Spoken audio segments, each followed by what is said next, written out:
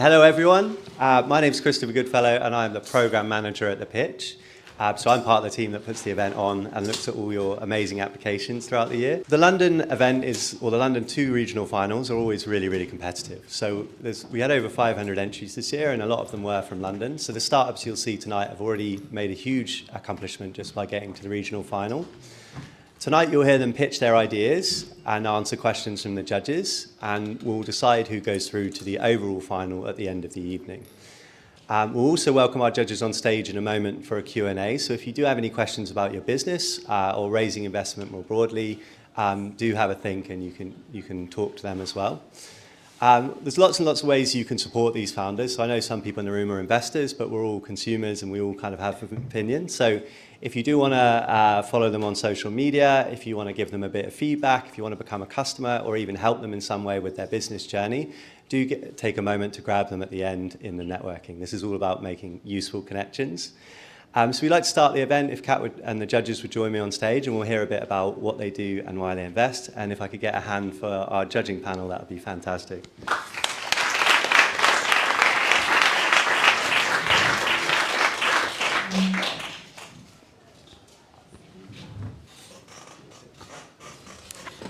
Welcome to The Pitch. It's lovely to have you all here. Like Chris said, London is always our most competitive city. Like, the standard of applications is always incredibly high. So it's a huge achievement that you've made it here tonight to pitch. So congratulations. We really can't wait to see your pitches. Before we start, we're going to meet our 3 wonderful judges for the evening who have braved 32 degrees on the tube and trekked across London to be here. So do you guys want to start by introducing yourself and saying who you are and what you do? Sure. Shall I start? Okay, I have the microphone, so I'll start. My name is Margaret Anne. I'm from a company called Hotbed. We're a virtual accelerator for founders around the world. We've supported around 500 startups in the past 15 months, recently started investing as well. Hello, I'm Anthony, founder and CEO at SeedLegals. I hope you're all on SeedLegals. When you find your investors, it's the place to go. But I talk to lots and lots of founders. For me, I'm obsessed with the art of the pitch and storytelling. And so I'm delighted to be here to help feedback and, of course, help companies with great pitches and great products get to the next step. Hi everyone, my name is Tania Rahman. I'm an investment manager at Praetura Adventures. We're an early stage seed to Series A VC fund based up north in Manchester. But I'm sure you'll be all pleased to know that we actually invest all over the country, especially in London. We focus on businesses particularly that have a B2B SaaS angle, and we'll invest anything between £500 to £3 million. So Tania, I'm going to ask you the question first because you've got the microphone. What's the immediate thing that you would look for in a pitch? Yeah, great question. I think for us, especially, we invest at the early stage. So there's, multiple things that we particularly look at, which all investors do, which things like your momentum and your model, the management team especially, and also the money that you're seeking. But most importantly for me, it is all about the founder. Like, we are in the game, especially as a VC, to invest in the most exceptional founders there is out there. And personally, I love working with founders where I feel that I can add value to your business and help you grow, especially as you get to the next stage of growth as well. So when I look at a pitch deck, one of the challenges I see people spend all of the pitch deck essentially saying what you do rather than why anyone wants it. And I think the pitch deck is all about telling a story. You can easily get lost. And maybe when we look at them tonight, I hope it won't be the case, at the end of the pitch you go, it's interesting, I have no idea what they do. So I found somebody, Claire McMillan, an ex-criminal barrister, now turned pitch deck coach. And she was saying over years of being a criminal barrister, almost no cases are won or lost on the facts, it's all on the storytelling. Seems a damning indictment of the legal, but anyway. And so she now focuses on pitch deck coaching. And I did a webinar with her, and it was really brilliant. It's all about what's the problem that you're solving, why is it, how are you solving it, why you, what's the traction, and the founders and so on. So I'm going to be looking for the way you've created that story. And remember that the pitch is, no one's going to write you a check at the end of your pitch. The pitch is the first step in the dating process to get the investor to call you to get to the next step. And eventually there's a check at the end of that. So the idea, tell the story, to get people enticed to call you afterwards, and let's see how we go tonight. We care all about the founder, and so we take a while to make a decision. Most of the founders, which I know is the last thing founders want to hear, but that might change in the future. The founders that we've invested in so far, we've known for at least probably a year to 18 months. And what we really like about that is seeing the founder and how they respond to the different challenges that come up over that period of time. Again, that will probably change in the future. We'll get a little bit faster, but we care way more about you and less about your actual business and where you are in this exact moment. Great answers. And thinking about like the businesses that you've supported or invested in recently, what really gets you excited about either a founder or their business?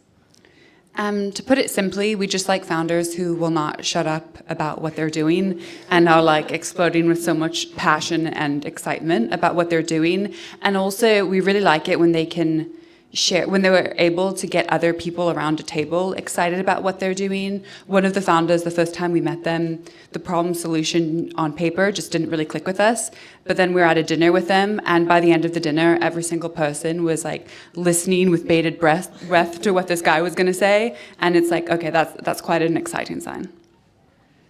For me, what I love is on SeedLegals, how we're enabling often non-tech, non-fintech founders to grow their businesses. So once upon a time, you had to raise money and do a funding round. But these days, 70% of the funds we see raised on SeedLegals are not in a funding round. It's before or after a funding round, using Seed Fast to raise beforehand or agile fundraising to top up, and to completely transform your fundraising process.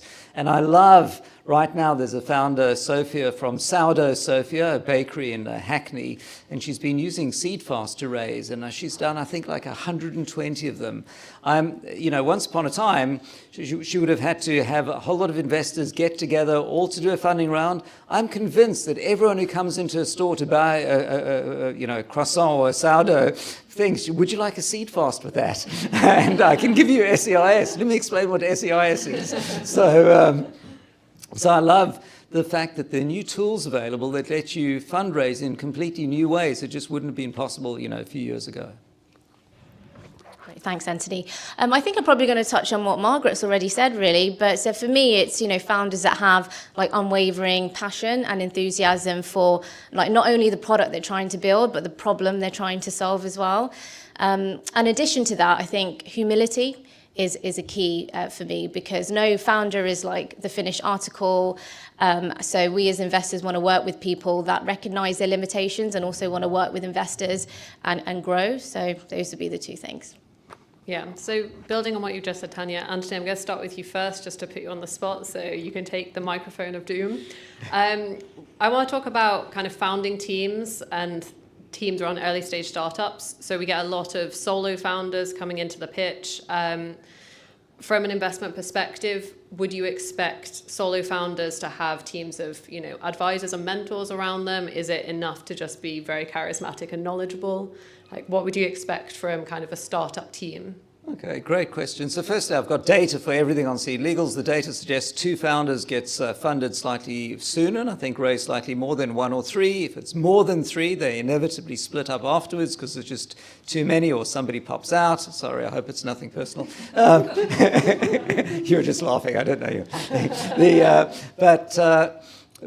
But I start with, I think in a company, there are 3 roles to be satisfied. Number 1 is the domain expert, the hustler, surgeon, mother, dialysis, something, machine, needs to solve this problem. But they're often no good at building it. It's the concept they want. So the second role is the person who can help deliver it. That's often the CTO or product person. And the third role is the Mr. or Ms. Money, the CFO, the person who can get it funded, go find investment, make a proper business model. So when you look within yourself, which one or more of these roles are you? And if you're not all of them, then you need to complement yourself with somebody who does more. Plus, of course, a growing startup has got lots and lots of stuff to do. So 2 founders, I think, is the norm. I hear that investors, and I'll turn to the investors here, might rate 2 founders more highly than 1. One of the challenges is founders also split up. So anecdotally, I'd say 10 or 15% of the time founders split up. That's why you need to make founder agreements with share vesting. Much of the time, the split up is amicable and people work out a sensible number of shares for the departed founder to keep. Sometimes it's pistols at dawn, and it turns out to be, everything falls apart. So that's the challenge of having a co-founder. I'm a member of a group called Anonymous Founders, which is great. You can go to landscape.vc, where you can just Google anonymous founders. There are like 1,600 people on it, and people ask, being anonymous, all sorts of questions, and there are quite a few about founder breakups. I love the comment a few weeks ago, which is on who else here feels like strangling their co-founder, which got quite a lot of traction. So, there's a good bit, and there's the, shit, I wanted to be a founder, so no one argues with me. Why have I got a co-founder? Anyway, yeah. Yeah, Em, do you want to go next? Sure. Funnily enough, I actually just posted on LinkedIn how much I love my co-founder today. It's so corny, I know. I would say, there's pluses and minuses to both. If you're a solo founder, from an investor's point of view, this sounds harsh, but if you were to get hit by a bus or decide you don't want to do it anymore, the investor's screwed. If you have 2 people, it makes that slightly less risky. But then on the flip side, the risk is that you guys are going to fall apart. I would just say, be aware of how an investor is going to see you. So if you are a solo founder, get ahead of their concerns. And I would speak pretty openly about it and say, kind of, this is my plan to either bring in the talent I don't have, or this is how I don't want to say I'm trying to get more skills, but I would just say, be aware of how an investor is going to view you. I would also add, if you have another co-founder, or even if you have 3 co-founders, make sure that investors know what your decision-making process is, because it's really awkward in a pitch meeting if the co-founders are interrupting each other, or it sounds like there's a little bit of tension. The number one thing an investor is looking for in that is there anything that's going to tear this company apart? And a lack of clarity around decision-making is red flag, red flag, red flag. Those are all really good points. I would say there's nothing wrong with being a solo founder at all, especially at the early stage when you're figuring things out and you don't really have an MVP or even a prototype yet. But as you're going out to investors, most definitely think about how incentivized you have for your number 2, especially whether it's a COO or a CFO, and how many share options that you're allocating for them in your employee share options pool. So if you figure that out before you've had the conversation with investors, then you're more likely to not raise that red flag.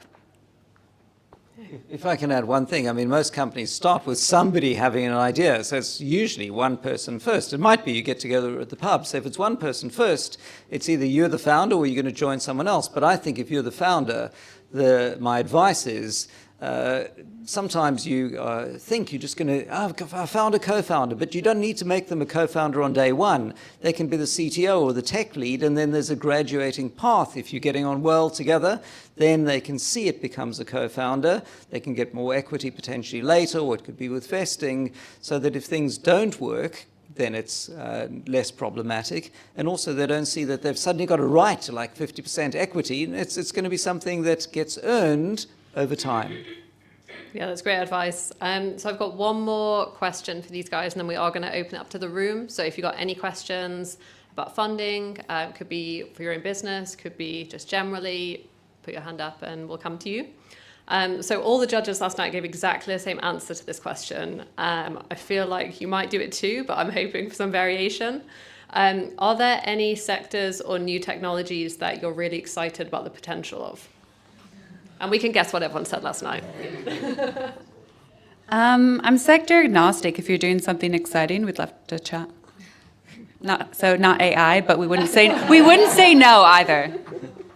Obviously everyone's going AI, but the problem is I was on some panel and the person said, for us it's all about batteries. But you wake up in the morning and go, I'm not batteries, I haven't studied chemistry at Oxford. There's no point that batteries are a hot sector. So it's whatever is interesting for you. And the other thing is everything's in a hot sector, you're competing with lots of others. So I think the hot sector is a bit weird. I see, I'd be super cautious in the wellness space. I think there are a lot of companies that when COVID started got into wellness and find it's difficult to monetize. Companies at the beginning of COVID went, what do we need to spend to make sure everyone's well at home? But I think now when times are tighter and people have already sorted it out, then they cut that sort of spend. So I think wellness is a challenge. With AI, the big challenge is people are separated into deep AI and shallow AI. And shallow AI is, I use ChatGPT, great, everyone does. HMRC won't even give you R&D tax credits on shallow AI because they say it's content, not technology. So, if you are into AI, you may find, everyone's got some AI layer that they're doing, but it's not investable. It's then people doing the more complicated stuff for it to be an investment advantage. So, I just like the fact that there's so much random things, and now you need to pitch it in a way that gets investment interest. We're defying your logic here. Yeah, I love it. Yeah, I'm also going to give a diplomatic answer as well. We're sector agnostic, so we love pretty much everything apart from crypto because it's not EIS eligible. But actually, one tip I would suggest to all of you, if you want to find out what are investors talking about, what they think is hot, is look at their LinkedIn pages and see what the investment team are posting about. Because usually with investment teams and VC funds, there'll be a specific industry that maybe they're going deep dive into for a month. So they'll have all of their analysts and associates be, researching the hell out of that sector. So if your business falls under that umbrella, it's a good way to actually get in front of them and essentially cold outreach because it is a sector that they're actively looking to invest in. That's brilliant advice, thank you. So we're going to open it up to the room. Does anyone have any questions at all for these guys? Yes. No, it's actually fine. Okay, yeah, just project your voice. Absolutely. Hi. So there is a lot of conversation about what are the right qualities in a founder, because usually the CEO, so they are the hustler, sometimes the finance person. But what are the right qualities you look for in a technical co-founder? We slightly touched on that. What's the right CEO usually? CTO for a business. Yeah, so the right qualities for a CTO. Who wants to take that first? One of the challenges with a CTO is in the early stages. If you hire a CTO, the CTO might come from BT or something. They've never coded for 20 years. They hang out at conferences and talk about the future. So the problem is if you're hiring a CTO, the CTO's goal is often to build a team and not to code themselves. But in an early stage company, you just want them to code themselves. So maybe one of the attributes is somebody's going to reinvent themselves with time. So for example, I'll look at our CTO at SeedLegals. He was there right from day one, and now we're 150 people plus overall and 30 plus person tech team. So he's had to reinvent himself from coding, because he was the only coder, to having a small team, to then managing a team and then putting in place the people to manage the team. So perhaps it's that reinvention. It's also a combination of pragmatism, because one of the things is your first thing you release is quick and dirty. If your CTO is obsessed with building frameworks and brilliant architecture to scale to 1 million people and you've got 0 people, you'll have run out of money beforehand. On the flip side, if they cobble some things together with Zapier and a piece of string, and then you've got some people and then it falls apart. So you need to know what's you're building quickly to throw away, which things are then for keeps. And of course, the other key thing is you have to build your team. So somebody who's inspiring to get tech people to join you, because they can join much bigger, better established companies who can pay more. So why they're going to join your team, and you're going to create the culture. So you've got a combination of tech and team and culture that you need to handle and impress investors that you know your shit. Yeah, that's a great question. I think exactly what Anthony was saying. It's going to be someone who is comfortable coding, and then their role is eventually going to switch. It's one thing if they have that in their skill set, but it's another thing if they actively want to do that, and if they actively want to manage a team. I've certainly seen either head of engineering or technical co-founders leave because they like the coding element so much and they didn't want to transfer into managing and growing a team.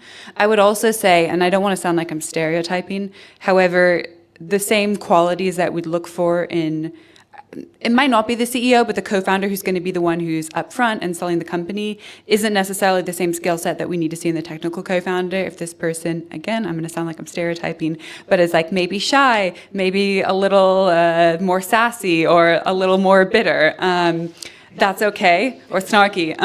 Again, not stereotyping engineers, but we don't need someone who's going to be upfront and super charming or can like sell the company. But that said, they do need to be able to sell to engineers because this person's going to be sourcing the talent, and to attract super talented engineers, you do need someone who can convince those people, but that skill set's going to look quite different.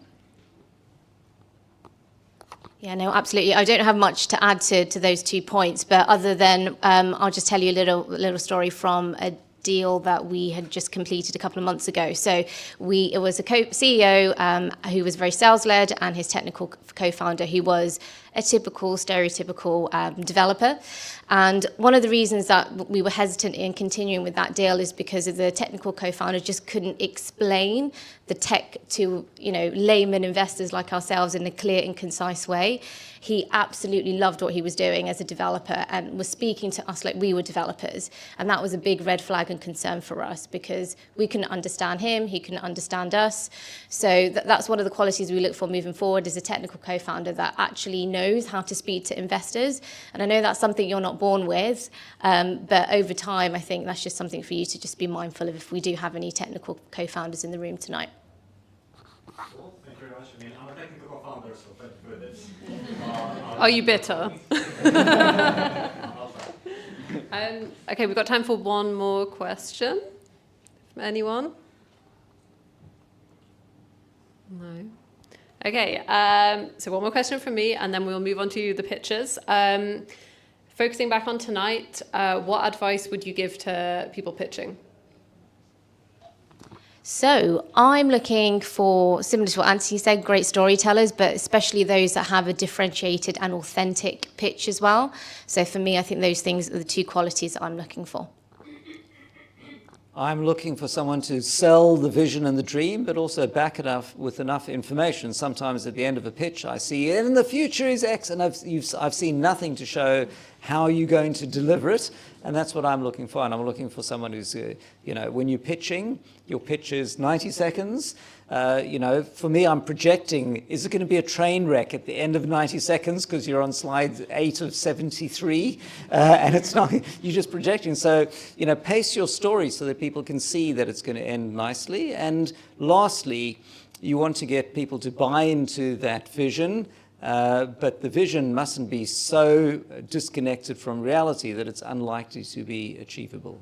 And by the way, one thing which is we need to vote on our mobile phone. So if you see us on our mobile phone, we're not checking email, it's the voting app. I'm just saying. Yeah. Yeah, adding to what they've said, have substance, back up what you say, and then present with as much passion as possible, even though it's hot, it's late in the day, it's Thursday, pretend it's the first time you've ever done your pitch, because it's the first time we're hearing it, and we want to see your excitement for what you're doing. Also, there's 11 pitches, so, bring the enthusiasm, make yourself stand out. Yes, energy. We want to see energy. If anyone's struggling, we have lots of coffee in the kitchen, so you can make a beeline for it. So finally, if anyone wants to reach out to you guys after the event and they don't manage to call you at the networking later, where can they find you? Anywhere, LinkedIn, Twitter. My email is just m@thehotbed.co. Anthony Rose on Twitter or anthony@seedlegals.com. So LinkedIn or my email, which is tania.rahman@praetura.com.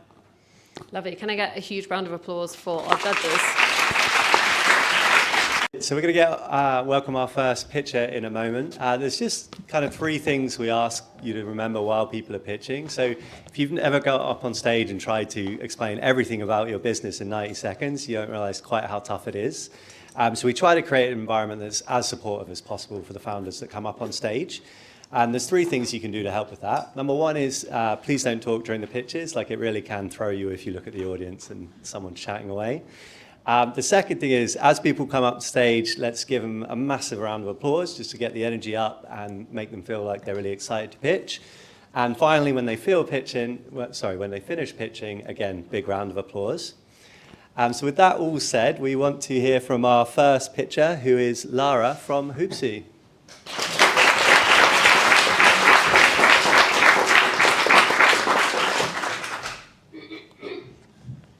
Start?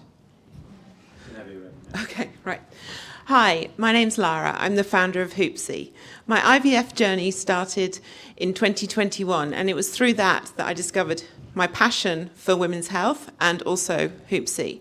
So when I did IVF, I noticed a lot of women were using a lot of pregnancy tests. In fact, I now know that on average they use 3 tests every time they check. Now, globally, over 11 million kilos of plastic from urine home-based tests go into landfill every year. This is the same as 2 Eiffel Towers in terms of weight. It's a huge problem. So at Hoopsy, we're on a mission to eliminate plastic from the global home-based urine test market, which is worth £30 billion, and we're starting with the pregnancy test.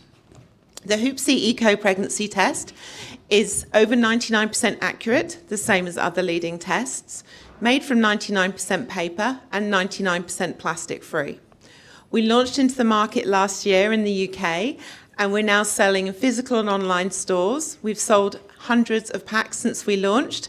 We've had lots of positive feedback, and we've been in the media over 70 times. And finally, we have 3 letters of intent for a white label product that we plan to launch next year. The team is made up of myself. I'm a serial entrepreneur and an twice exited founder, and I have a team, a board of amazing advisors.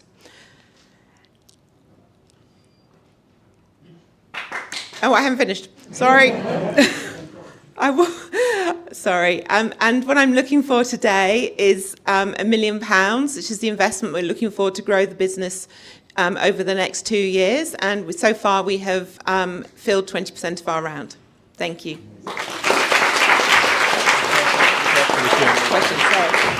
Oh, and also, if you're a girl in the room, there's not many, I have got some pregnancy tests if anyone would like to take one.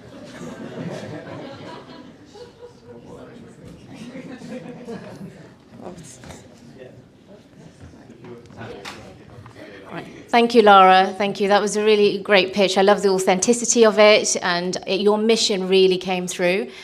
So well done. Thank you. Brilliant. What I absolutely love is that you're obviously on a core mission that's incredibly important. Can you just tell me a little bit more about your go-to-market strategy? You said that you're selling online and in stores.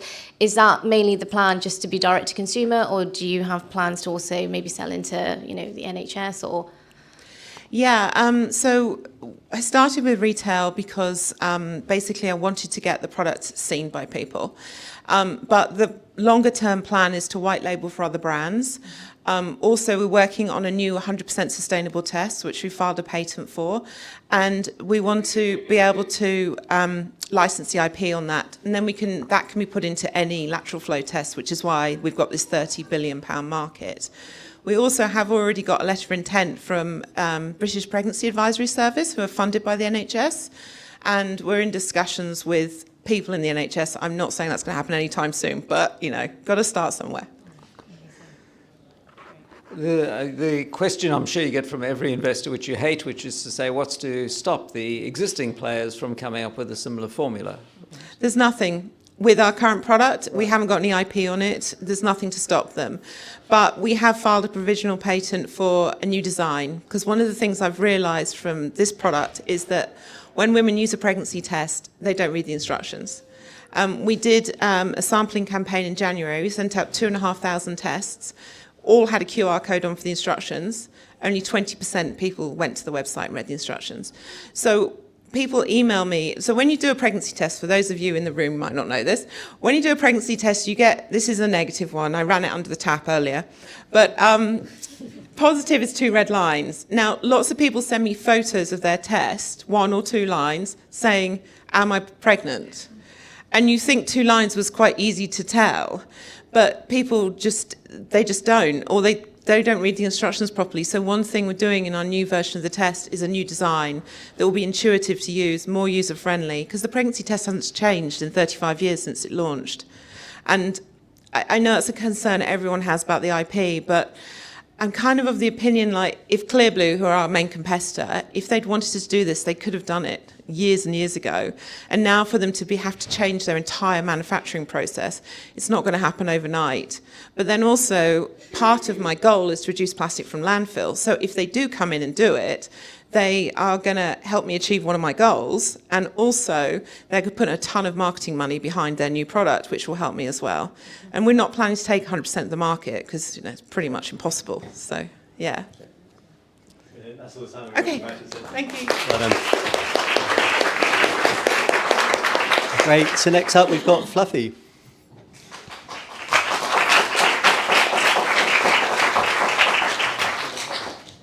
Thank you, guys. Hey guys, my name is German. I'm building Fluffy, which is a fair pet insurance company. So let's talk about the pets. Can I please have a quick show of hands in the room who has a pet? Okay, a lot of people. Matter of fact, 60% of people in the United Kingdom have a pet. At the same time, the rising vet bills are currently making pet ownership a luxury for many people. But what's really surprising is that still 70% of people in the UK don't make use of pet insurance to protect themselves against these rising costs. Well, why is that the case? The reason is that the traditional pet insurance model is simply unfair. So no matter how healthy your pet is, you still are going to be paying the same price as your neighbor who has a similar breed dog. So that's why at Fluffy, we took a step back and we reimagined the way pet insurance works.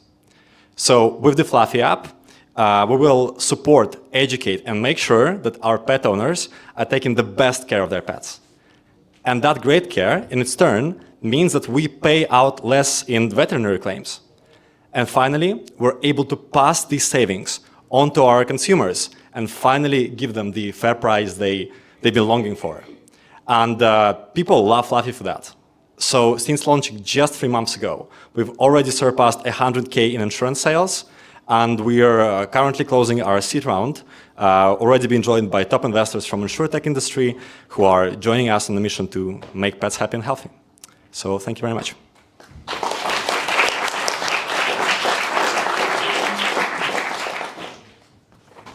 What % of pet owners have pet insurance? And is your key challenge persuading people to get pet insurance or to switch from an existing provider?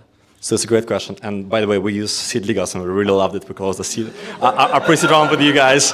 Yeah. I mean, once again, I'm a technical founder, so I don't know who exactly on the team was helping out, but you guys were great. So 30% of people in the UK have pet insurance. Just for the reference, in the United States, it's 2% of people. So what's really interesting, I just didn't have time to say, out of those who have pet insurance, 70% are looking to switch their provider. And lots of feedback that we get from our upcoming users is that like their current providers are raising premiums by lots and lots and lots. So there is a lot that can be done with the price element, and there is a big chunk of people who are ready to get pet insurance. Like in Nordics, 90% of pets are insured. Okay. So it's also rare. Tech co-founder, CTO founder can do a great presentation, right? So, yeah. Well, thank you so much. I mean, my CEO is currently in Spain talking to other investors, so I ended up being cool. a CEO for a day. Thank you very much. Yeah, well done. Walk me through the price difference that a typical pet owner would pay with your competitor and with you. Yeah, so we're on average 20% cheaper. I mean, it really depends on the particular breed you have and the particular area in which you live. But through essentially providing our application, we've seen that our pet owners are on average 17% less likely to go to a veterinarian, and henceforth we're able to give that money back to them. And how hard is it to scale internationally? Are there different pet insurance challenges that you face in different countries? So it's a really good question. Scaling is absolutely possible. It's not something we're looking to do immediately.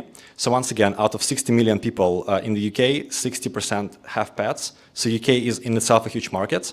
So scaling into Europe is relatively easy because we just need to get like one license for the financial regulation. We can go in there.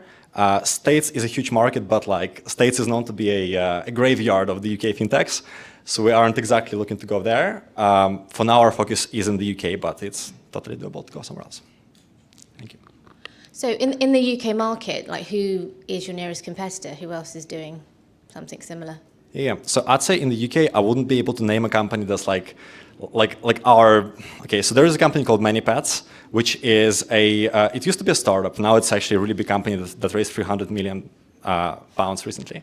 And for a range of reasons, ManyPets is essentially like wrapping up their activity. So they tried States, they tried like other European countries, and they're scaling back to the UK. And their model is fundamentally different to what we do. So there is a company in Nordics that's doing really interesting stuff that's called Laka. And I would say they are perhaps the closest competitor to us.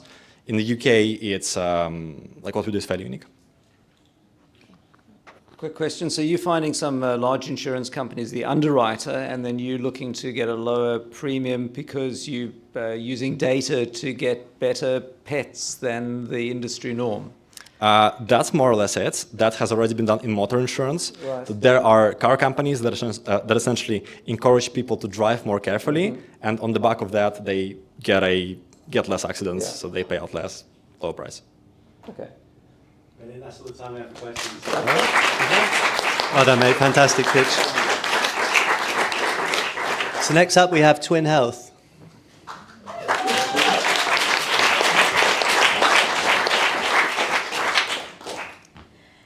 I want you to think of some time when you or someone you know have ever done an MRI scan. Every year in the United Kingdom, there are 4 million MRI scans that are conducted, which is the size of, generating data the size of 1,000 football stadiums. Shockingly, only around 6% of this get analyzed. So we're talking about 60 football stadiums out of the 1,000 that we have. And this is a massive wasted opportunity. Now imagine if this unused data came back to save you from a stroke, or from a metabolic disease, or from cancers years earlier, at a fraction of the cost, without having to wait for long, and with greater accuracy than traditional tools. Think of these data as a lens into diseases prevention that we're currently underutilizing. And I know this because I have done my PhD in MRI analysis for chronic diseases prevention, and that's why we created Twinn Health. At Twinn, we run patented AI models over routine MRI examinations to help us analyze 100% of these data. And with this, we foresee chronic diseases up to 10 years earlier, while improving clinical efficiency and saving the NHS £30 billion that currently spend on late diagnosis. Our vision is to democratize preventative healthcare by expanding into all preventable diseases, using MRI data that currently sits in every one archive folders. In less than a year, we have built and validated our first patented AI model, TwinnMDx, which predicts metabolic dysfunction 5 years earlier than traditional tools. And we validated that with NHS over 434 patients with 95% accuracy, with a client base in UK, Europe, and very soon in the Middle East. We are a spin-off Imperial College London. We raise money from 500 startups, VCs, and angel physicians who filled the pain in the neck. Our team is myself, I'm the CEO. With us, someone helped exit AI image detection company and an ex-commercialization from a $60 billion company. And we have been recently featured at the Wired magazine, showing the great potential of what we're building. And at this, we have a very long list of diseases to tackle, so I'd love you to join us. My name is Wareed, I'm the CEO of Twinn Health, and happy to take any questions.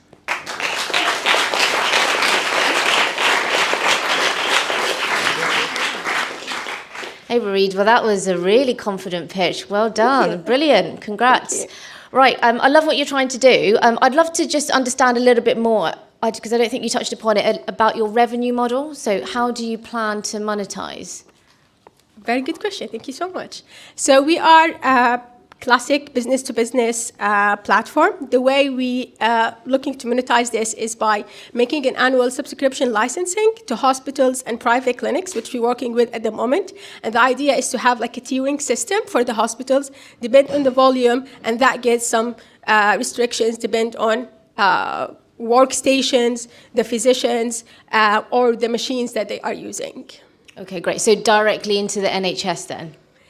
And now we're doing private clinics and piloting with the NHS. The aim in the future that we will have an annual subscription with NHS trusts, for example, that will have the access to the software and being able to utilize that. Okay, got it. Thank you. Sure.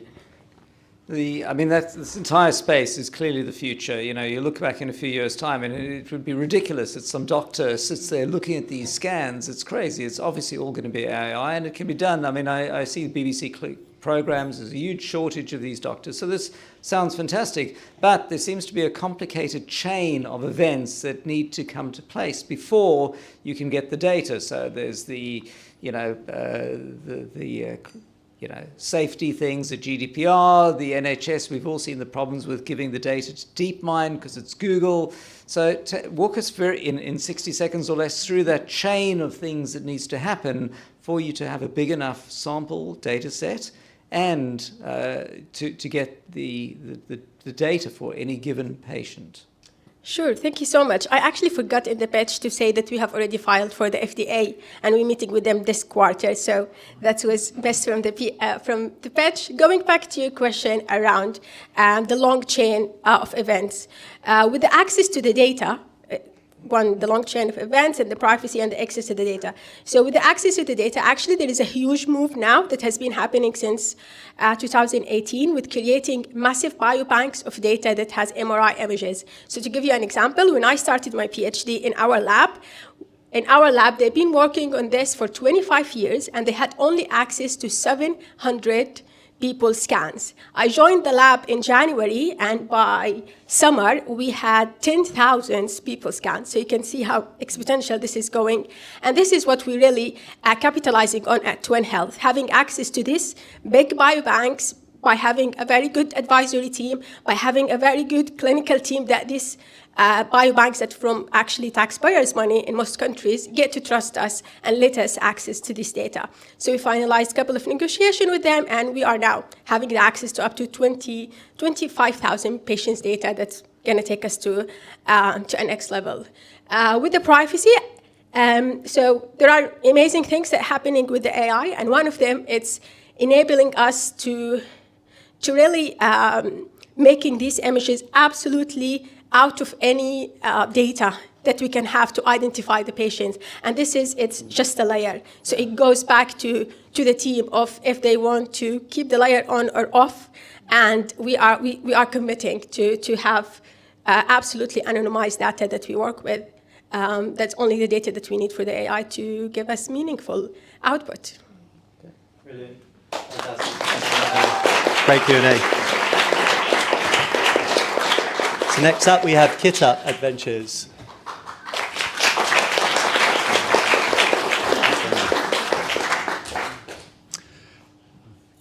Hi, everyone. I'm Bruce, a former Army officer and now co-founder of KitUp Adventures, which is like Airbnb, but for outdoor equipment. So I understand the adventure industry.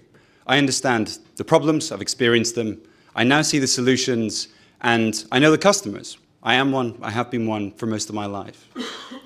So now, imagine a platform where anyone can access and book the outdoor equipment that they need, be that surfboards, paddleboards, skis, mountain bikes, from any store or anyone, globally.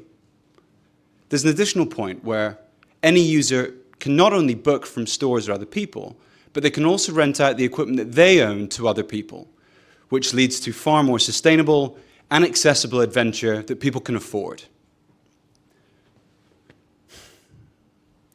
The traction that we've had has been amazing. In the last 3 months since we launched in June 2023, We have 3,000 registered users on the platform, and we speak to another 8,000 individuals through our social media and through our email. We have 10 businesses that are already signed up for what will be a B2B service in the future. We have commercial partnerships across industries, and we were nominated and came shortlisted for a Sustainable Business Award last year. And this is just the beginning. By 2025, we anticipate seeing 100,000 users on our platform and hope to operate with 1,000 business partnerships across the UK, Europe, and moving into the United States. To date, we've raised £90,000 under SEIS and are now looking to raise £350,000 in pre-seed. So please, don't miss out on this opportunity. Come and join us and make adventure industry better. Come and be part of KitUp's exhilarating journey. Thank you.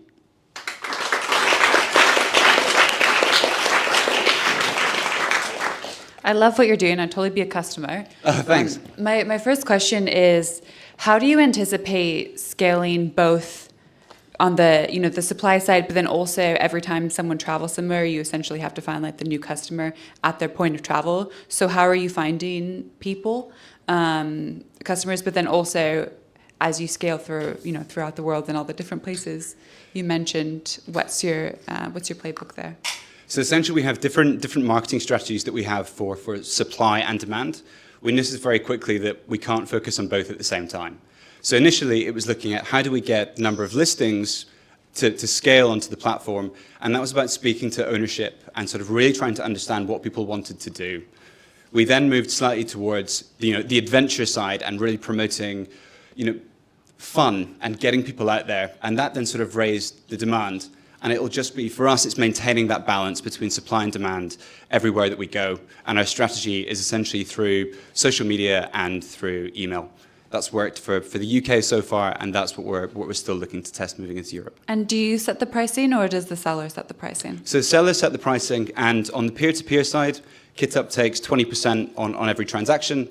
And then what we realized quite quickly is that we then had businesses asking whether or not they could use us, because so many either take their bookings on the phone or through emails, which is pretty time-consuming for them. And now we give them this process where everything can be done online. All of their sort of consumer finding, their market research, everything can come through KitUp. So now we'll be looking to build that into a B2B solution where essentially we can be deep linked into other websites and everything just comes through us.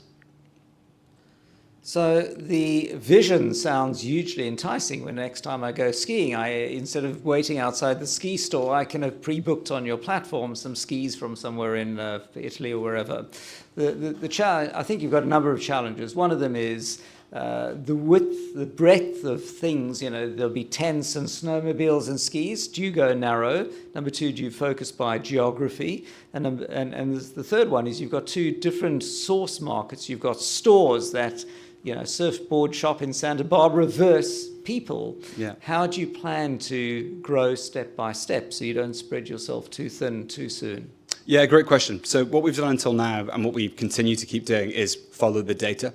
So our initial assessment was to go out and speak to people, and we had 500 surveys completed from friends of friends, people that I've known within the outdoor industry, ask them about what they would want to hire, what they would hire from other people, and what they wouldn't. And then that's essentially been the process that we've moved through everything. And anytime that we would look at a new market, it would be go in and do real consumer-led research, work out what people want, how they will interact with it, before we then spend any time or any money on building something. Okay. Maybe you go narrow and there's surfs up, and then there's snows up, and then there's mountains up, whatever. Okay. Questions? Absolutely. Okay. Amazing. Thank you. Great. Okay, next up we got MiiCare.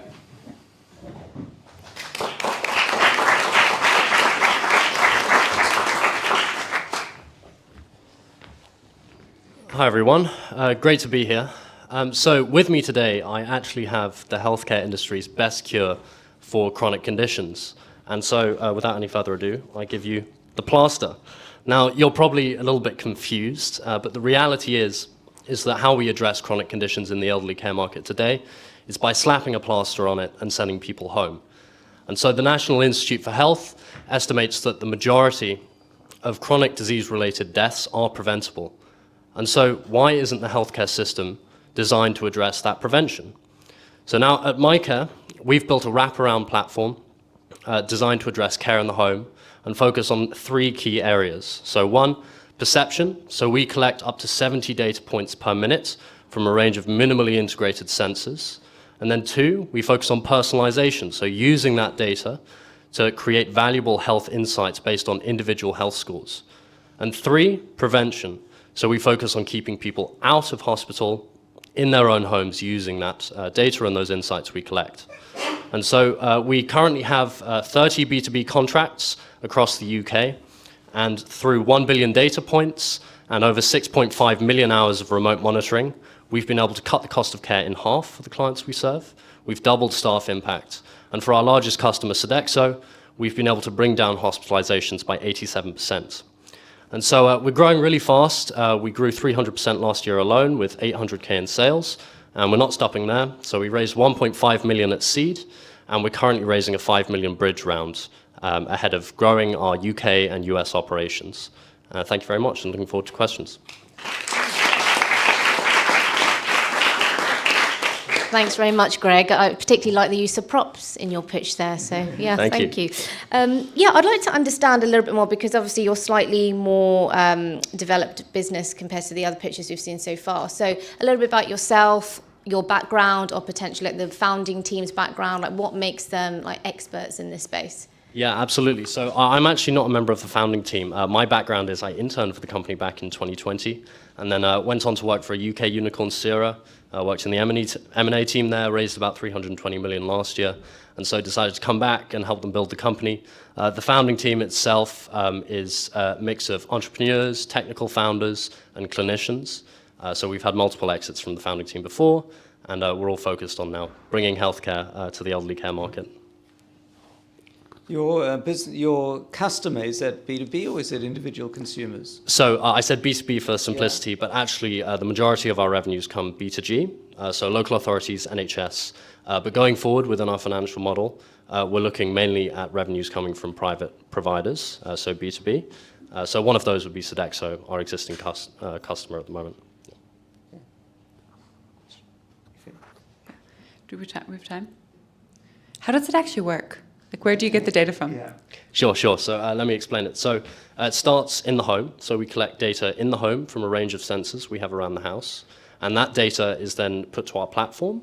And we're able to use that data, and we use machine learning to create preventative AI insights about the user's health, so the older adult in the home. And that data is then sent to the care providers, the local authorities, clinicians, nurses we work with. And so while we're doing that, they're able to intervene based on that data. But we're also able to proactively offer digital therapeutics which are tailored to that individual's health, right? And then that wraps back around. As we're doing that, we get more feedback, and that goes back into the data we collect. So what's the profile of someone who is comfortable with 70 sensors in their house? Yeah. It's a really good question. So just to clarify, it's 70 data points, not sensors. Got it. Okay. So not quite that extensive. But our typical user, the end user, not the customer, is... they live alone, they're 75, and they have one or more chronic conditions. Now, with the point you made or alluded to about technology resistance, 10 years ago, that was a much bigger problem for this sector, but now we don't see that. I mean, baby boomers are turning 76, I think, this year. Most of them have smartphones, so there is still a barrier to overcome there, but less and less, we find. Thank you. Well done, great pitch. Okay, next we have Kind 2. Thank you.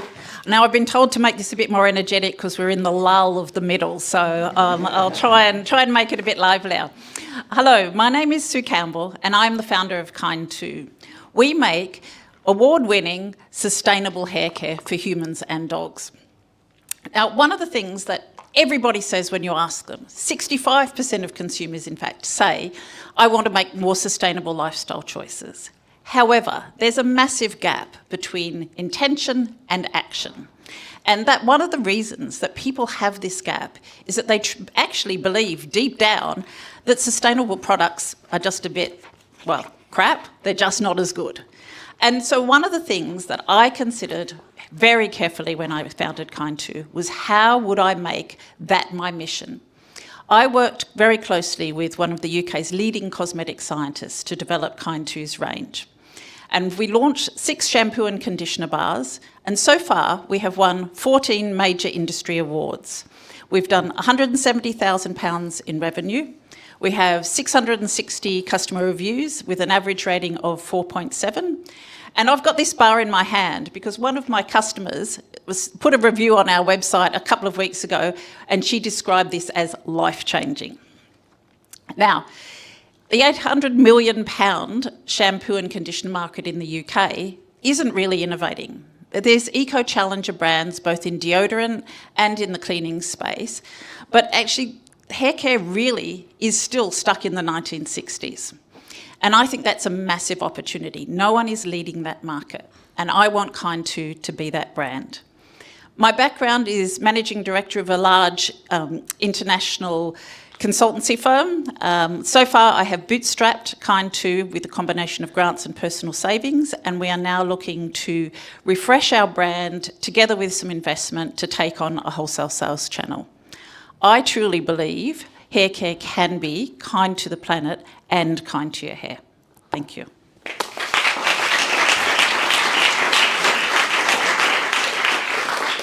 Well done. What's your price point, and then how much are you raising, and do you have any of that closed? Price point for a shampoo bar is £12.50 retail. That's the equivalent of 2 bottles of shampoo, so on a cost per use basis, it's quite realistic. I haven't started my fundraising journey as yet, so we're looking to anywhere. It really depends on how much equity and what's up for grabs, because I'd love to work with a funding team that actually had some marketing expertise and would be willing to give more equity for that. So we're looking at somewhere between 100 to 200,000. Thanks, Sue.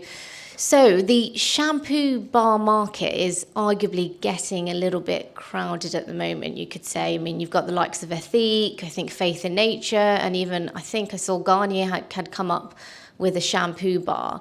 So what makes Kind2 different? Sure. Formulation is a big part of it. So most of the shampoo bar on the market at the moment contain palm oil. We don't. All of them contain synthetic fragrance. We don't. All of them contain synthetic colours. We don't. So this is a much more natural product. I understand absolutely Garnier, part of L'Oreal. I think there's a bit of a Kodak moment going on in the established hair care brands, because in actual fact, the leading hair care brand has been on the market since 1969 with basically an unchanged formula. So there's really no incentive for them to introduce a new format product. And then I look at the success of some of the eco-challenger brands in deodorant and the cleaning space, and I think there is room for a product that is effectively a cleaner and more natural product than the big brands will ever produce, because they're interested more in volume than they are in efficacy. Okay. Have you had any traction with the retailers yet?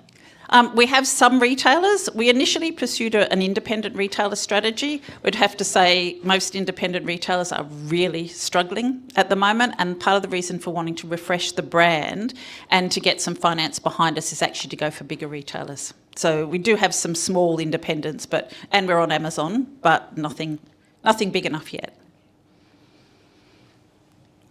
Time for one more quick one from the audience.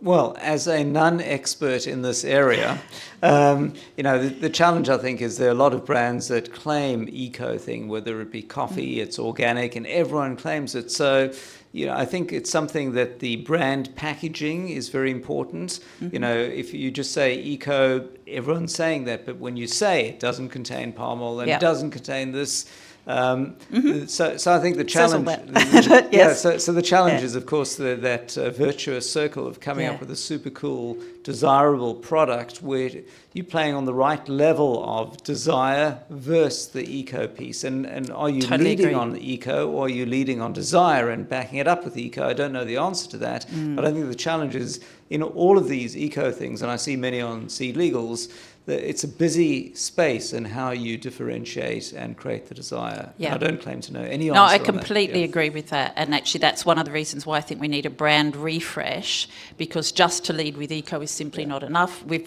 proved the concept. We've got great feedback. We know we've got a good product. We need to make the brand sexier.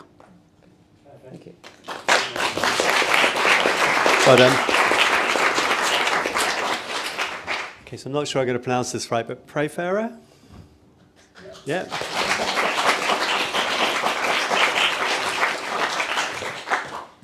Thank you. Thank you. I'm Abhishek. I'm the co-founder and CEO of Praetura. It's an open secret that multi-billion-dollar data broker industry tracks our online behavior and sell our information without our consent. They say if you don't pay for a service, then you become a product. And now we are becoming a product for a simple search in our browser. We believe the consumer should have the control to stop that happening without their consent. So we are building Praetura to resolve this global data ownership issue with a freemium mobile app. Through that, the consumer can manage all their digital privacy preferences, agnostic to apps, website, wearable devices, smart home devices, etc., from a single window. So they have better confidence when they subscribe to a new digital product and services.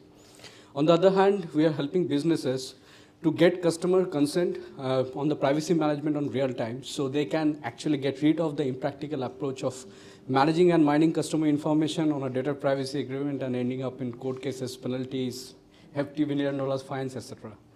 So we are been bootstrapped through grant funding by various bodies like UKRI, ERDF, etc.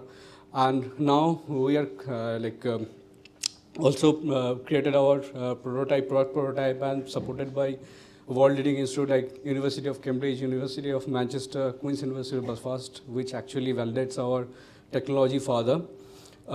We are selected by DCMS last year as one of the most innovative cybersecurity SMEs in the UK.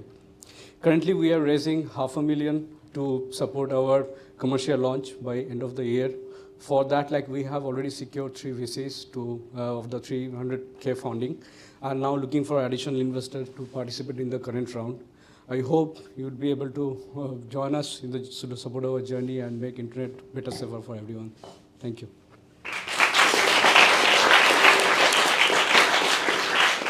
Can you tell us a bit about the product and who is the customer, who's paying for it? Yes, so the consumer, they are not paying for it. So that's a freemium consumer. The typical customer experience is the B2Bs are paying for the licensing. And that's a SaaS platform licensing, how they pay for the yearly mode. And it's a typical customer experience from the customer is if you are a Sainsbury customer and Sainsbury onboard a platform, you already have a Nectar app in your phone where you do the shopping and etc. You get a pop-up message from Sainsbury which says we partnered with Praetura to help you manage all your digital privacy preferences from a single window. Would you like to do that? So if they select yes, they will be directed to App Store or Google Store, download the app, and then do the basic registration form, and that's it for them. So they can continue to do that. So our penetration is through B2B to B2C. So Sainsbury license it to put your tech in their app, is that correct? And they get some benefit from that? Exactly. So that's our plugin is a Salesforce or SAP plugin for their CRM system. They don't have to do any IT changes to adopt that. And by onboarding to the privacy engine on top of their customer CRM system, they actually can invoke ethical business practice on their customer data management, and they can say, we are giving you a third-party tool, which we are not controlling anyways, to help you manage your digital privacy in a better way, on a succinct manner. Okay, thank you. Who are your competitors in the space? So we have competition from the cybersecurity and from the monetization side. We are also introducing data monetization for the consumer as well. So on the cybersecurity side, the biggest competitor from US, OneTrust. But the key differentiator is OneTrust actually has a lot of manual intervention in the work, and they don't have any B2C interface where they can get the acknowledgement of the privacy from the B2C. So we gain an edge there, and our product has multiple patent opportunity to stop the new attempt coming there, and we own IP access, IP grants from the IP office for that as well. And on the monetization side, again, one of the biggest competitor is from US only, Big Token, and there are other monetization competitors from UK and other European nations, but most of the monetization platform works on the browser-based activities, but studies suggest we only spend 8% of our mobile time in the browser. So just securing the browser and monetizing the browser is not a realistic solution. And can you tell me a little bit about your team? Yes, so currently we have 7-member team. And we have coverage on the commercialization, we have coverage on the cybersecurity aspect, I have personally, like when I left my job, I had 14 years of experience in digital product launch and scaling with Fortune 500 companies in US, Singapore, and UK. And so we have the coverage in terms of commercialization, go-to-market, and we have a very strong advisory board who are helping us in terms of industry alignment and the other aspects. Thank you. Thank you. Great. Next up, we have KiDSiE.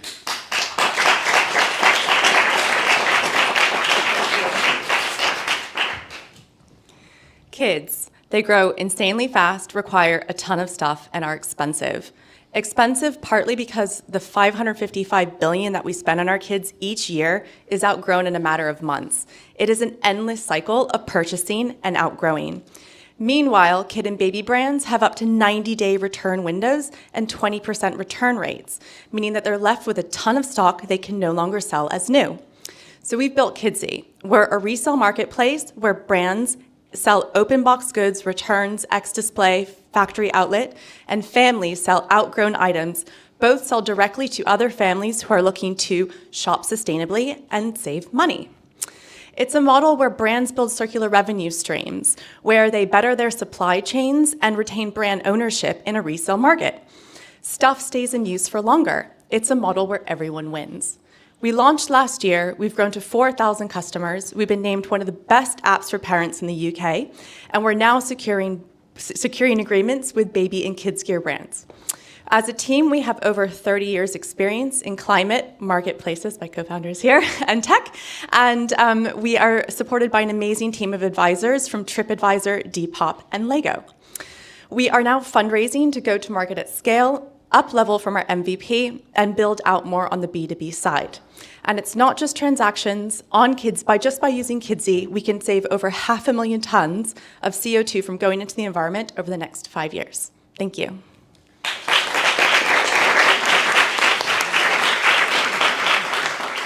Thanks, Jennifer. Personally, I absolutely love this space, the circular economy sector as a whole. So I totally get what you're doing, and congrats to the traction that you've had so far. Did you say you've got 4,000 customers that are currently using, Yes. and that's since inception? Since inception. So Since inception. This year alone, roughly, do you know? So we launched our product we launched it in like a private beta last summer, and then we launched it publicly in September 22, so in 1 year. Okay. And of those 4,000, like how many of those have you been able to retain or repeat purchasing? It's a good question. I mean, once we can get our customers over like the first hurdle, so either selling an item or purchasing an item, they nearly always come back. Obviously, we've done everything bootstrapped and quite organically. This is our first institutional fundraise. So we have been, the number one reason why we can't get people over the line the second time is not having enough supply.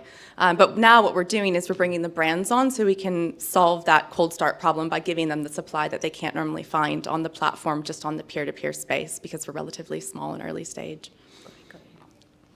So the business that you're building, is it just essentially a website and SaaS business, or is there complex logistics and shipping and washing and stuff in between?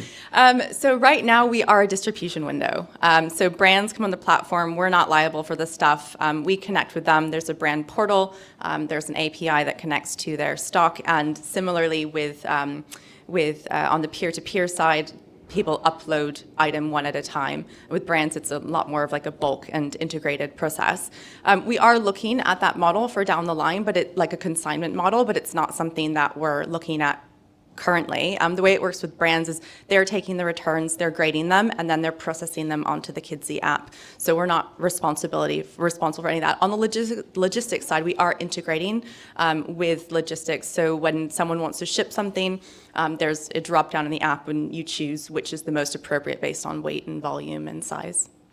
So if you're able to scale the business with the brands doing the shipping, you've got sufficient brands with APIs, then you focus on just being a tech play, and life is easy, as opposed to trucks driving around town and washing stuff and picking it up and so on. We certainly hope so. We genuinely believe that more and more brands are growing more interested in the circular space and starting to build these themselves. So we can help facilitate that and bring them to a wider range of customers who are not just looking to shop on their brand, but looking at stuff to buy for their kids, because there's so much stuff that you need for your kids anyways, so we can cater to that. We will still look at that model, but it's not today.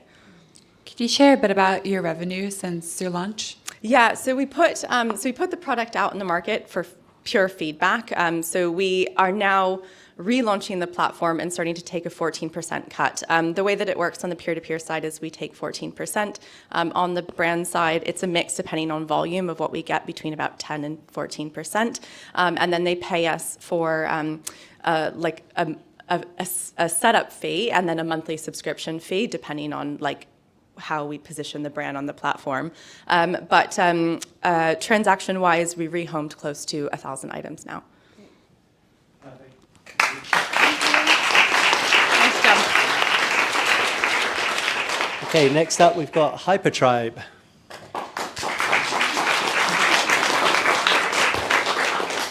Good evening, everybody. Are we still alive? Are we still awake? Okay, great, cool. My name's Kimmy Dixon. I've been in the music industry for over 15 years now. Just a show of hands, how many people know a musician or are a musician yourselves?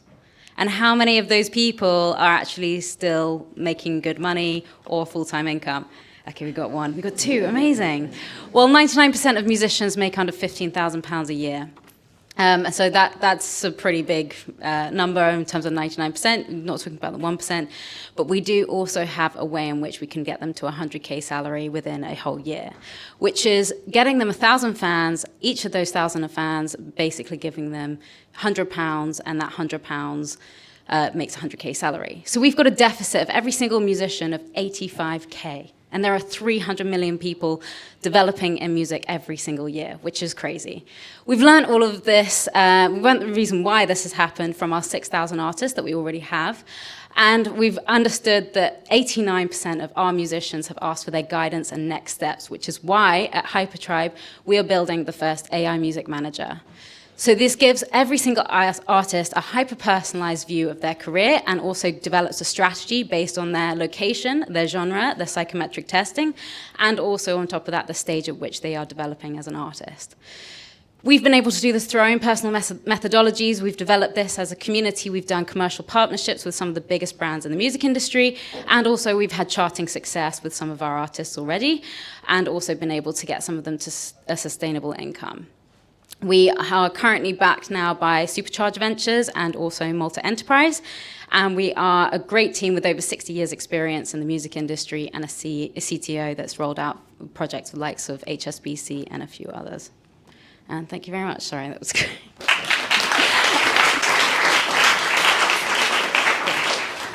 Well done. Do you have any criteria for the artists who you sign? Like, what if they sign up and they're, perhaps not great? I can tell you right now, there's sometimes that happens. But there's one thing that you can't count on, which is that you don't know where they're going to go. And so we've seen people, I've seen people come through that, and you have it with startups as well. You're like, I'm not too sure about this person. But then they suddenly learn the methodologies and the strategy and they go, woof. And so we don't ever kind of do that. We help them. And it's not our intention to make the next Justin Bieber. We're trying to get them to a sustainable income and point out those revenue streams that are the best for them. Yeah. So let's assume, which I'm not, I'm a musician. So I come on the platform. What's platform and what's people? What's the process and what am I paying for it?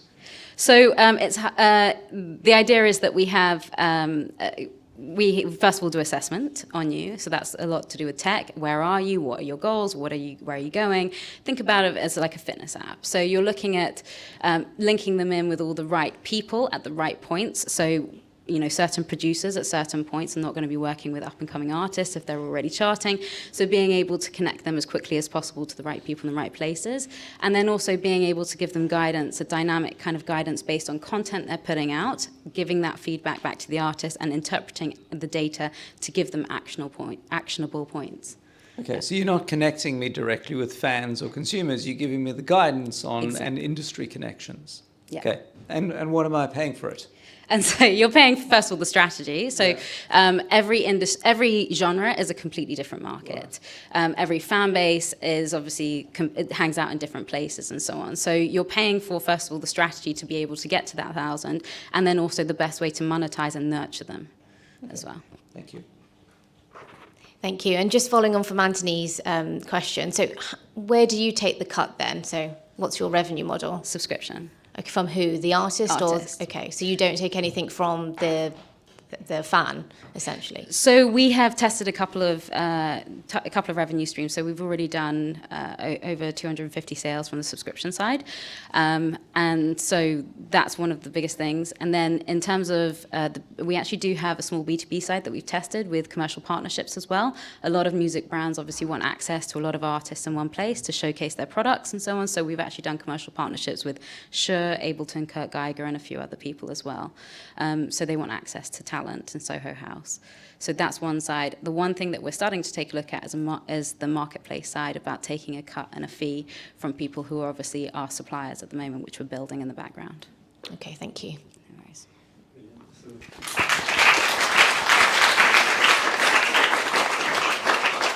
Okay, so next up we have Electric Sheep.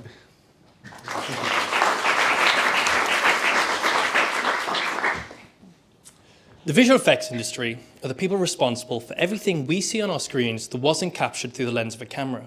Think meteors crashing into Earth, Death Stars, and the Hulk. A common process in VFX is known as rotoscoping, an industry term for background removal.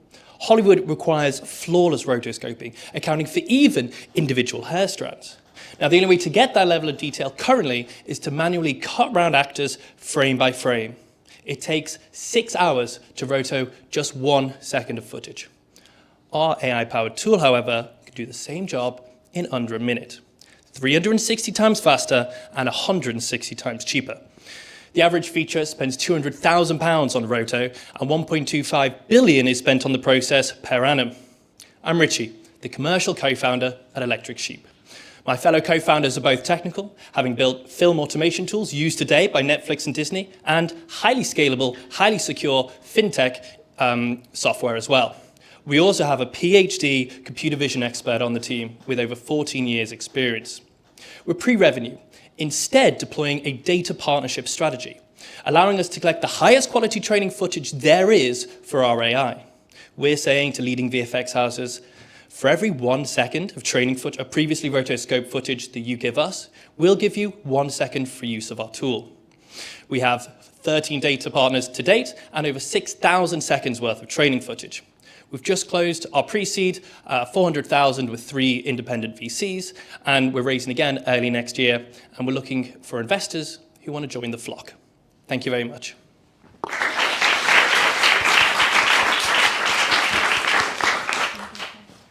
Nice presentation. So basically better Zoom background removal, right? So the video conferencing market is one we'd look into. Yeah. We could license to them, to Snapchat, to the social media, to VR. There's loads of applications for flawless removal of backgrounds. Okay, so I mean, it's a fairly set, defined market, right? That's you've said it's whatever 1.3 or whatever billion 1.25, a year. With known players in that space, so you've got your defined space as opposed to HyperTribe, which is everything. Who are the competitors in the space, and how many other AI companies do you have to beat off in what's clearly going to be a very AI-heavy space? Yeah. So our competitors fall into 2 camps. We have the prosumer guys, you may know Runway ML, there's Wonder Dynamics. These guys are really designed for the prosumer market, your TikTokers, your YouTubers. They are not designed for the VFX professional workflows. They can't deal with the file sizes, the file formats, the color spacing, all of that. The other camp are the people who are designed for that space. They are all on-prem.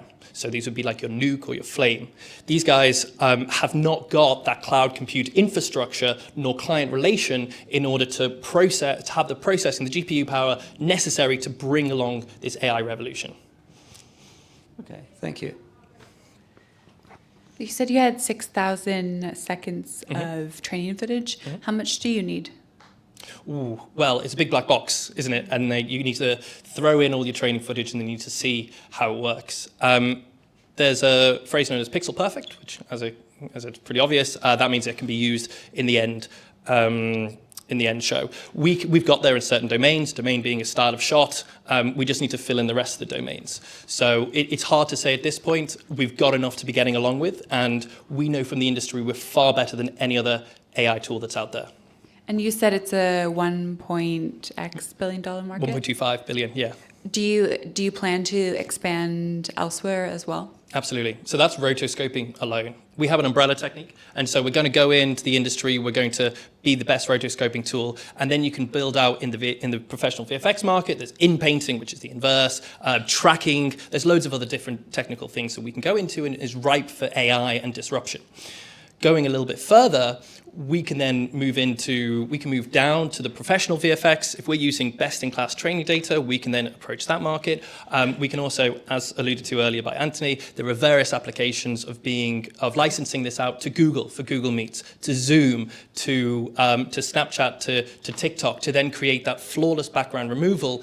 And these are the kind of companies who spend lots of money for incremental increases in their tech. It's the ultimate for deep fakes, basically. Yeah, you can be anywhere you want in the world. Yeah. Do we have time or?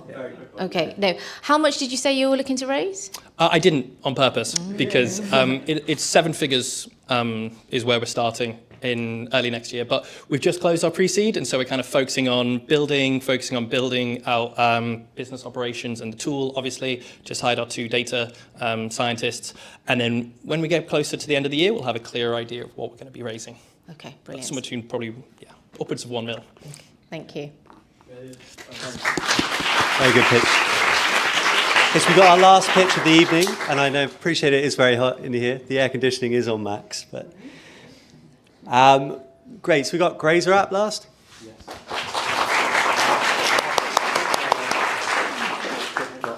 Thank you very much. Hi everyone, my name's Lewis, and I'm the founder of Grazer. We are the dating and friend-finding app for vegans and vegetarians. Now, 52% of vegans and 38% of vegetarians would not date a meat eater. So, if you're on a dating app, where do you go? Especially as half of the meat-free community don't mention their diet on their dating app profile. That's why we built Grazer, to put meat-free dating on the menu. Things that make us unique. We're not a sausage party. 75% of Tinder's users are men. On Grazer, it's about 50-50, equal split between women and men. We have really high user retention. We have around 45 day one user retention, which is 13% higher than the dating app average. We also have a friend-finding feature, which 20% of our users use, which if you compare to Bumble's, around 3% of their user base use that function. We raised $500,000 last year, and we relaunched our app with our Fuck Vegans, Love Vegans campaign, and we doubled our user base and 10x'd our daily active users. And now we're raising our seed round to put some premium features into our app and do a big push across the pond. So we're looking for backers who want to join us on our mission to carve out a meaningful space in the $8 billion dating app market.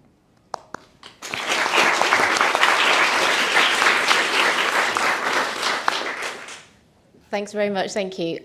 So you mentioned that you have quite a high retention rate. Was it 41 per day? 45%. 45%. Actually, in London, it's about 52%.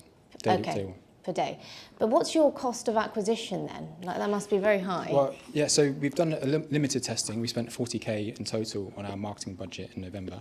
Our online ads received around £1.5 per user, which is dramatically below market average. I think that's partly because our community is loud, they want our product. Our marketing was pretty good, yeah, I think they're easy to target because they're such a core focused audience as well. Yeah, well, I can see your marketing's good with these, so. I just want to say I've got 2 vegan condoms, which I think they are. I've got some explaining to my wife when I get home about the startup event that I went to. I see quite a few actually dating apps on SeedLegals, and I think, dating apps, it's a bit like Netflix or whatever. There are lots of movies and there are lots of people, and you're going to find everyone's got a different shtick and angle about what it is. So some of it you happen to be at the same place at the same time, or your Facebook friend or whatever, and this is, it's vegan, right? Yes. So the question is it an app on its own, or is it a feature on another app? How are you persuading your audience that this is its own app rather than a checkbox on someone else's? As I mentioned before, a lot of vegans are scared to mention their diet on mainstream dating apps for fear of rejection. So we're creating a space where they're free to express themselves. We've got badges, they pin to their profiles, stuff like Little Miss Oat Milk, Slut for Vegans, and we're creating this like a positive space for vegans to really express themselves. So I think creating that kind of safe space has been a real win-win for our community, because 80% of our community go back to eating meat, and the leading cause of which is a lack of social support network. So what we see, yes, we're a dating app, but we have a mission, and our mission is to help decrease the churn in our movement and help accelerate the plant-based movement across the world. So I've been vegetarian since I was about 7, and I stopped factoring that into my dating criteria because I realized that most people go through a phase of vegetarianism or veganism, whether that's for health reasons or for social reasons. And so how do you sell that to people in the app of saying, okay, you're meeting someone with a potentially temporary trait? I think it's a positive thing for us because we get new users approaching our lifestyle all the time, so we can market them and get them on the app. Churn rate is one of the biggest problems for dating apps. So the fact that we have a natural churn within our niche is actually quite important. Grindr, for example, around 2% of the population identify as gay men. In the UK, around 3% of the UK are vegan and around 10% are vegetarian. Their niche is stagnant. Ours is growing, but also churning at the same time. So I'd say we have an advantage from our perspective. From a user perspective, I think it's up to them to meet someone. And I think actually we found that a quarter of vegans, vegetarians who date a meat eater, they break up with their partner because of the difference. So this kind of early step is a great way to start a connection. And what's the monetization strategy? So we're pre-revenue at the moment. In the next few months, we're introducing some one-off paid features, which are a bit like super likes and compliments that you see on Bumble. And then early next year, we'll be introducing our subscription model. Well done, great pitch. Fantastic marketing. If I could just gently remind the judges to submit their forms as quickly as possible. My team, Kat and Sean at the back, are going to be adding up the scores, and we'll find out who's won in just a moment. So I just wanted to take a moment to thank our sponsors, our partners that make the pitch possible. And not only do they allow us to keep it free for everybody that takes part, but they also bring a lot of value to the community as well. So first we have Curry's Business. So they supply all of the hardware you need to run your startup, everything from the regulars like laptops, but also a lot of the AV kit that you see today. We've also worked with them to create a free course on creating short-form social videos. So if you are looking to grow your TikTok following, if you are getting into Instagram Reels, visit the Pitch's homepage and you can sign up for that course for free. And next we have Vodafone Business. I think we all know what Vodafone does, but what's amazing in this space is that they are so supportive of the SME community. So if you are a founder and you're looking for advice on something like marketing, finance, or even improving your pitch, you can go on their VHub and book a free coaching session. So if you are looking for mentoring and support, again, have a look at the Pitch homepage and there's a link on there that will take you straight to that form to set up your call. Next, we have Sage, and they've supported the Pitch for the last few years. Sage offer accounting and HR software. So if you are running your startup out of a spreadsheet, which a lot of us did in the beginning, I can't recommend enough getting some accounting software in place. It will make your life a lot easier and a lot less stressful. Sage have been working with us particularly to help solopreneurs and people that are running their startups as side hustlers. And we've got a whole hub of advice on the website if that's you. And it's everything from looking after your finances to getting a healthy work-life balance. So if you are looking for support and advice and you do fit that category, again, please check out the site. We also have Agora, and Agora recruit into fast growth startups and also investment firms. They're fantastic at kind of figuring out exactly what the team needs and kind of getting those people that are scaling the right support and the right people. They're also running a pro bono initiative at the moment to help founders that are on their own and just starting out, and they're looking to work out exactly what kind of co-founders they would need and who their first few hires should be. So they do that for around half a dozen startups every year, and if that is something you're interested in, Greg, I don't know if you want to raise your hand quickly, you can go speak to Greg and he'll help you, or you can drop me a brief message on LinkedIn and I will introduce you. We also have Seeders, and they are an equity crowdfunding platform. So if you do want to take your round beyond just private investors, if you want to get your customers involved, if you want to make it easier for your friends and family, and if you want to reach out to the wider crowd, so people that have never heard of your business and get them interested, the platform's a great way to do that. Yes, it does increase the amount you're able to raise, but it also allows you to turn your customers into advocates, because even if somebody puts £10 into your business, they do have skin in the game and they're much likely to back you, help you and support you and so on. So huge thanks to our partners again. And just before we announce the winner, it'd be lovely if the judges could just give us a kind of like one sentence comment of what they thought about the cohort tonight. So Em, do you want to go first? My gosh, I'm on the spot. Really, really, really well done, everyone. I loved the variety of pitches, and yeah, I'm really excited to see where all of you guys go. Great sort of pictures. You know, you're on point with no backup slides to go through and just standing there. It's tough, and they were all well rehearsed, beautifully well rehearsed, and really well done. I think one of the things I've learned is to try to avoid. You know, I'm not the investor myself. I'm here to facilitate the investor. So my goal is to help you be brilliant in your pitch and get investment rather than others who would be deciding. So to me, I try to not have the personal view on whether it's a good or bad idea, but merely on how you've projected it. And you, for anyone in the audience, would have formed your own view on the strong and weak points. And it's fun and educational to see others pitch as well. So thank you. I love the focus on storytelling as well.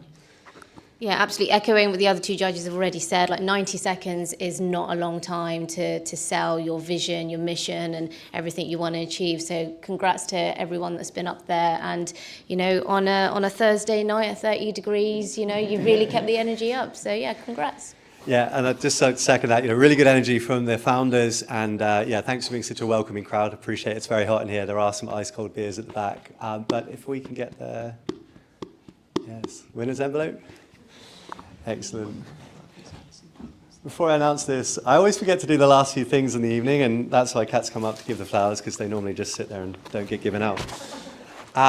So there is going to be, the winner obviously at this final will go on to the national final next month, but there is also going to be a people's choice. So anyone that came today will email you when that's released. So if you do want to back a founder, do have a look at that and give them your vote. But the winner tonight is Twinn Health.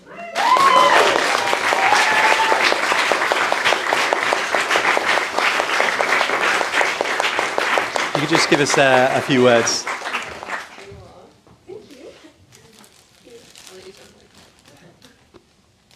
Oh, thank you so much. Well, I hope this will be like a stone to help us one day prevent diseases that maybe our grandfathers and mothers passed away with, and then we can stop it from happening to our sisters, partners, and hopefully our children. Thank you so much.